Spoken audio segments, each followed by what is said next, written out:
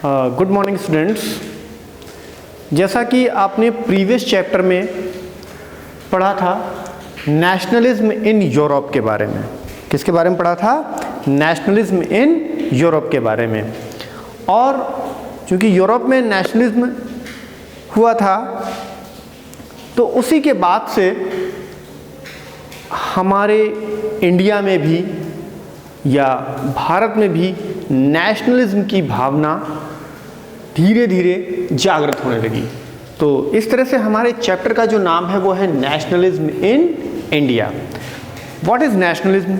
इसके बारे में आप प्रीवियस चैप्टर में जान चुके हैं। नेशनलिज्म क्या है फिर से एक बार आपको बता दें। What is nationalism? नेशनलिज्म का मीनिंग होता है अपने देश या राष्ट्र के प्रति प्रेम, लगन, भक्ति की भावना ही नेशनलिज्म कहलाती है। ओके, अब हम बात करते हैं भारत में नेशनलिज्म की भावना वैसे तो पहले से ही थी लेकिन वो धीरे धीरे चल रही थी। लेकिन कब से इस नेशनलिज्म ने तेज़ी पकड़ी है, रफ्तार पकड़ी है, उसके बारे में हम बात करेंगे। तो हम बात करते हैं 1915 से, यानी कि 1915 से। 1915 से 1915 में क्या हुआ? 1915 में Gandhi ji came from south Africa, यानी कि गांधी जी साउथ अफ्रीका से वापस आए। कहाँ से वापस आए? साउथ अफ्रीका से, दक्षिण अफ्रीका से गांधी जी वापस आए और उन्होंने एक मूवमेंट चलाया। कौन सा मूवमेंट? सत्याग्रह मूवमेंट। कौन सा मूवमेंट चलाया? सत्याग्रह मूवमेंट।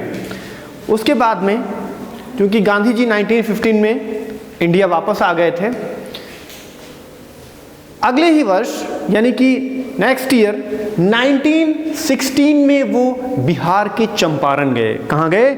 1916 में बिहार के चंपारण का उन्होंने दौरा किया। कहाँ का दौरा किया? बिहार के चंपारण का दौरा किया। और वहाँ पर चूँकि हम सभी जानते हैं कि उस समय हमारे देश में अंग्रेज़ी शासन था, यानी कि हमारे देश के ऊपर अंग्रेज शासन कर रहे थे। तो जब 1916 में बिहार के चंपारण का उन्होंने दौरा किया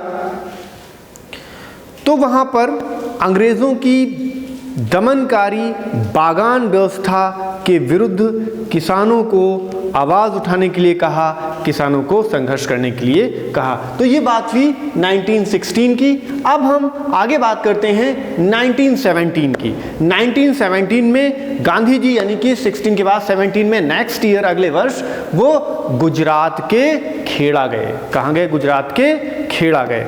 वहाँ पर उन्होंने क्या किया? वहाँ पर भी उन्होंने किसानों को अंग्रेज़ों के खिलाफ आवाज़ उठाने के लिए, संघर्ष करने के लिए प्रेरित किया। अब आगे बात करते हैं हम 1918 की। 1918 में गांधी जी अहमदाबाद के सूती मिल गए, यानी कि कॉटन मिल गए। वहाँ पर उन्होंने मज़दूरों से बात की और वहाँ पर जो मज़दूरों का शोषण हो रहा था, अंग्रेज़ सरकार मज़दूरों का जो भी मिल में, कारखाने में शोषण कर रही थी, उसके खिलाफ मज़दूरों से कहा, बातचीत की और कहा कि आप भी अंग्रेज़ों के खिलाफ आवाज़ उठाइए। तो इस तरह से आपने देखा कि ये जो 3 जगह का उन्होंने दौरा किया और लोगों को अंग्रेज़ों के खिलाफ आवाज़ उठाने के लिए कहा, अंग्रेज़ों के खिलाफ आंदोलन करने के लिए कहा, इससे भारत में आंदोलन ने तेज़ी पकड़ ली। अब अंग्रेज़ सोचने लगे कि इस पर नियंत्रण कैसे किया जाए। तो उस पर कंट्रोल करने के लिए, नियंत्रण करने के लिए ब्रिटिश गवर्नमेंट ने 1919 में रॉलेट एक्ट नामक लॉ या कानून बनाया। रॉलेट एक्ट नाम याद रहेगा बच्चों, रॉलेट एक्ट। अब ये रॉलेट एक्ट क्या है? क्योंकि ये 1919 में लागू किया गया था। इस रॉलेट एक्ट के अंतर्गत इस रॉलेट एक्ट के अंतर्गत क्या करना होता था? ये एक ऐसा कानून था जिसके अनुसार किसी भी भारतीय को संदेह या शंका के आधार पर गिरफ्तार करके उसे जेल भेज दिया जाता था। कोई बात ना हो, कोई भी बात ना हो, और साधारण सा आदमी जा रहा है और अंग्रेज़ों ने या अंग्रेज सरकार ने, सिपाहियों ने उसको गिरफ्तार करके जेल भेज दिया। इतना कठोर कानून था रॉलेट एक्ट। अब 1919 में रॉलेट एक्ट हुआ। उसके बाद में आगे हम बात करते हैं 13 अप्रैल 1919, यानी कि 13 अप्रैल 1919 में एक इंसिडेंट हुआ। कौन सा इंसिडेंट हुआ? जलियांवाला बाग हत्याकांड। कौन सा? जलियांवाला बाग हत्याकांड। इसमें क्या हुआ? क्योंकि रॉलेट एक्ट उस समय लॉन्च किया गया था, तो इस एक्ट का विरोध करने के लिए, इस एक्ट का शांतिपूर्वक विरोध, कैसा विरोध? कोई मारपीट से नहीं, शांतिपूर्वक विरोध करने के लिए जलियांवाला बाग में हजारों लोग इकट्ठा हुए थे। कहां पर इकट्ठा हुए थे? जलियांवाला बाग में हजारों लोग इकट्ठा हुए थे, और उन लोगों पर जनरल डायर के आदेश के अनुसार उन निहत्थे हजारों भारतीयों पर जनरल डायर ने आदेश किया, उन पर अंग्रेज सिपाहियों ने उन निहत्थे लोगों पर गोलियां चला दी, जिसके परिणाम स्वरूप क्या हुआ कि हजारों लोग वहां पर, हजारों निहत्थे लोग मारे गए, हजारों निहत्थे लोग मारे गए। तो ये था जलियांवाला बाग हत्याकांड। अब हम अगले पॉइंट की बात करते हैं, खिलाफत एजिटेशन, खिलाफत आंदोलन। ये क्या हुआ?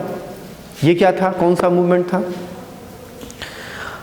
ऑटोमान तुर्की, ऑटोमान तुर्की, ऑटोमान तुर्की की प्रथम विश्व युद्ध में पराजय के बाद, यानी कि प्रथम विश्व युद्ध में, फर्स्ट वर्ल्ड वॉर में ऑटोमान तुर्की पराजित हुआ, हार गया। उसके बाद में ये अफवाह फैली। कौन सी अफवाह फैली? ये अफवाह फैली कि वहाँ के सम्राट, खलीफा हैं, धार्मिक गुरु कहते हैं, उन पर एक विशेष प्रकार की संधि आरोपित की गई है। इससे क्या हुआ? जब ये अफवाह फैल गई तो इससे भारतीय मुसलमान काफ़ी नाराज़ हो गए, और इस नाराज़गी के परिणाम स्वरूप मोहम्मद अली और शौकत अली की लीडरशिप में, किसकी लीडरशिप में? बच्चों नाम याद रखिएगा, मोहम्मद अली एंड शौकत अली, इनकी लीडरशिप में एक आंदोलन शुरू किया गया, एक मूवमेंट शुरू किया गया। उसका नाम है खिलाफत आंदोलन। तो ये था खिलाफत आंदोलन। नेक्स्ट अगले बिंदु की हम बात करते हैं। इन 1920 यानी कि 1920 में, 1920 के नागपुर अधिवेशन में, 1920 के नागपुर अधिवेशन में एक समझौते के तहत ये सहमति बनी। कौन सी सहमति बनी? ये सहमति बनी कि खिलाफत मूवमेंट और नॉन कोऑपरेशन मूवमेंट, कौन कौन से बच्चों याद रखिएगा, खिलाफत मूवमेंट और नॉन कोऑपरेशन मूवमेंट, इनको एक साथ में चलाया जाएगा, इनको एक साथ में चलाया जाएगा। और उसकी शुरुआत जनवरी 1921 में कर दी गई। ओके, अब हम अगले बिंदु की बात करते हैं, अगले पॉइंट की बात करते हैं। नेक्स्ट, इन 1922, 1922, इसमें भी एक इंसिडेंट हुआ। वो कौन सा इंसिडेंट था?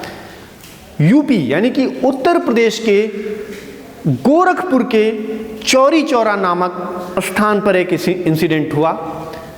क्या हुआ वहां पर? 1922 में उत्तर प्रदेश के गोरखपुर में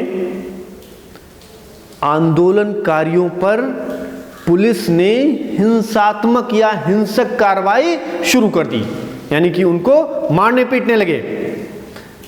जब आंदोलनकारियों पर हिंसात्मक कार्रवाई शुरू हो गई तो वहां पर जो भीड़ थी वो उग्र हो गई, क्रोधित हो गई, और वो भीड़ क्रोधित होकर के उसने थाने का घेराव कर लिया। वहां पर उस थाने में, पुलिस थाने में आग लगा दी, जिसके परिणाम स्वरूप कई अंग्रेज सिपाहियों की वहां पर मृत्यु हो गई। जब इस घटना की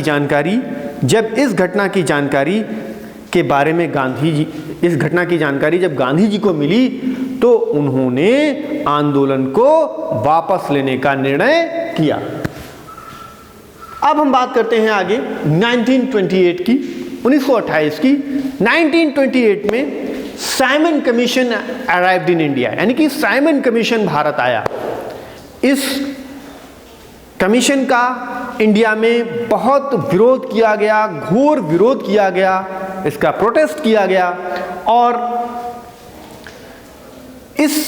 ये नारे भी लगाए गए साइमन गो बैक, यानी कि साइमन गो बैक के नारे भी लगाए गए। अब हम आगे बात करते हैं 1928 के बाद 1929, यानी कि 1929। किसकी? 1929। 1929 में पंडित नेहरू की अध्यक्षता में कांग्रेस के लाहौर अधिवेशन में पूर्ण स्वराज्य की मांग को स्वीकार किया गया और यह भी निर्णय लिया गया।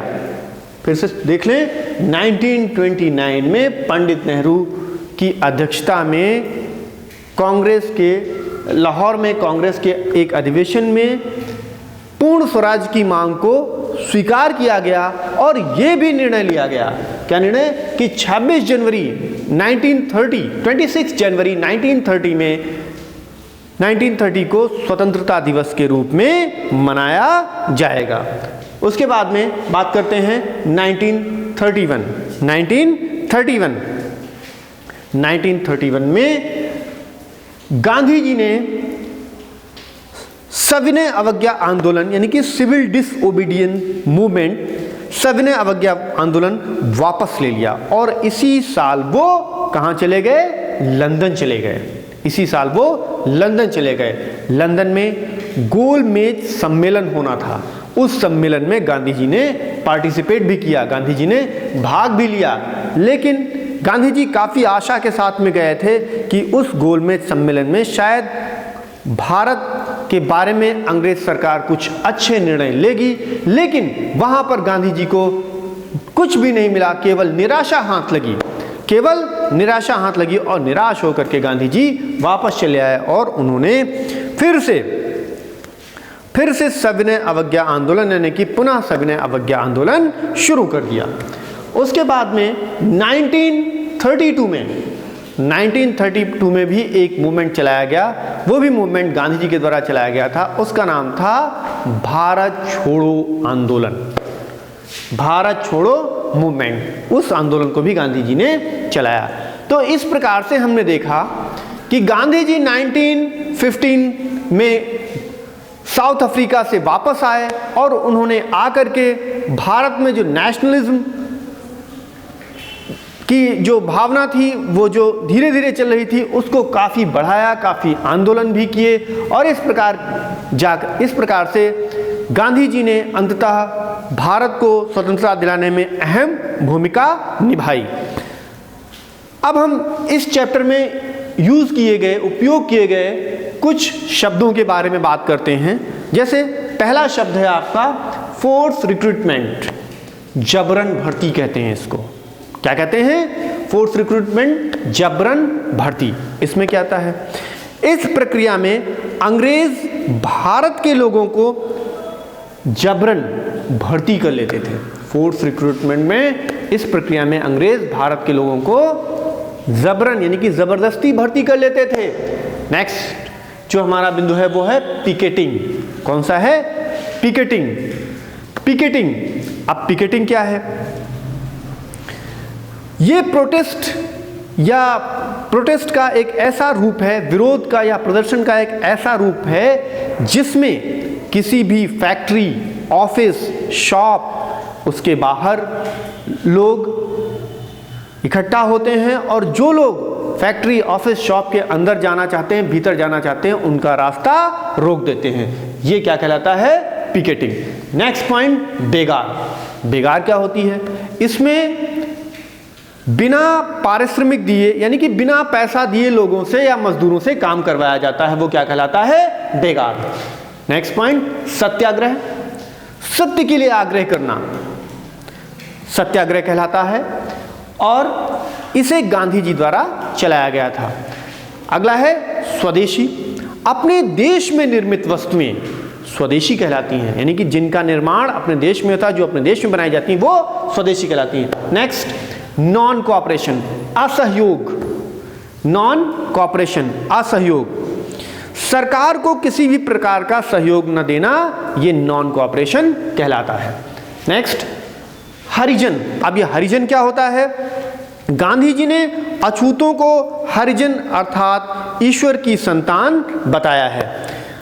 अगला हमारा एक है बाइकॉट, बहिष्कार। क्या है? बहिष्कार। किसी के साथ संपर्क रखने और जुड़ने से इनकार करना, ये क्या कहलाता है? बहिष्कार। अगला हमारा जो बिंदु है लास्ट, वो है मार्शल लॉ। इसमें क्या होता है? मार्शल लॉ सैन्य नियंत्रण में कर्फ्यू जैसी स्थिति होती है। सैन्य नियंत्रण का मतलब सैनिकों का, सेना का नियंत्रण होता है और कर्फ्यू जैसी स्थिति हो जाती है, यानी कि आप अपने आप कुछ भी नहीं कर सकते। जब सेना आपको कहेगी तभी आप बाहर निकलोगे और वरना आप घर के अंदर ही रहोगे। और सेना के साथ पास ये अधिकार होते हैं, सेना के पास में ये अधिकार होते हैं कि वो अवांछित स्थिति में किसी भी व्यक्ति के साथ कड़ाई से पेश आ सकती है। ये है मार्शल लॉ। तो ये इस चैप्टर के कुछ महत्वपूर्ण बिंदु थे। अब हम अगले चैप्टर में आपसे मिलते हैं। Thank you.